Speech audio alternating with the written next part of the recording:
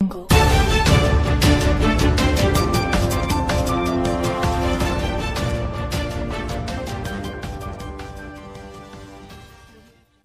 आंचलिक पाणीपाग विज्ञान केन्द्र पक्षर एक बड़ खबर सामना को आसी।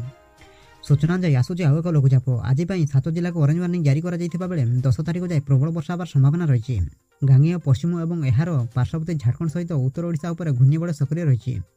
यह अधिक घनीभूत हो आसंता 24 घंटा मध्य से अंचल एक लघुचाप रूप नेबार संभावना रही, जहाँ भुवनेश्वर आंचलिक पाणीपाग विज्ञान केन्द्र पक्षर रही बोली भुवनेश्वर पाणीपाग विज्ञान केन्द्र निर्देशिका डॉक्टर मनोरमा महांती सूचना देइछन्ति।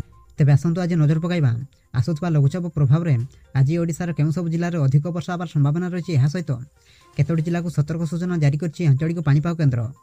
से नहीं संपूर्ण अपडेट जानिबा किंतु ता पूर्व वीडियो को गोटे लाइक करंतु और वीडियोटी को आपण सांगसाथी मानक अधिक मात्रा शेयर करंतु।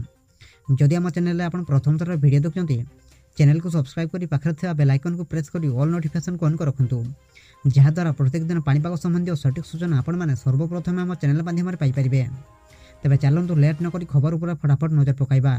सूचना अनुसार लघुचाप प्रभाव में आसंता 5 दिन पर्यंत विभिन्न अंचल में प्रबल वर्षा होबार संभावना थिबारु येलो वार्निंग जारी करा जायछि। पाणीपाग विभाग सूचना अनुसार आसंता 24 घंटा मध्य सुंदरगढ़, झारसुगुड़ा, बरगढ़, सुवर्णपुर और बलांगीर जिलार गोटे रु 2टी अंचल में प्रबल वर्षा होबार संभावना रही। उपरोक्त जिलागुड़िक मध्य किसी स्थान में 7 ରୁ 11 सेंटीमीटर पर्यंत वर्षा होबार संभावना रही।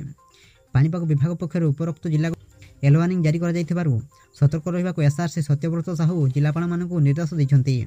प्रबल वर्षा संभावना थिबारु तळिया अंचल जलमग्न परिस्थिति उपजि पारे। रास्तार उभय पार्श्व में पानी जमा हेबा सहित ट्राफिक भिड़ संभावना रही। वर्षा समय आगकु दृश्यमान क्षमता कम रहिबो।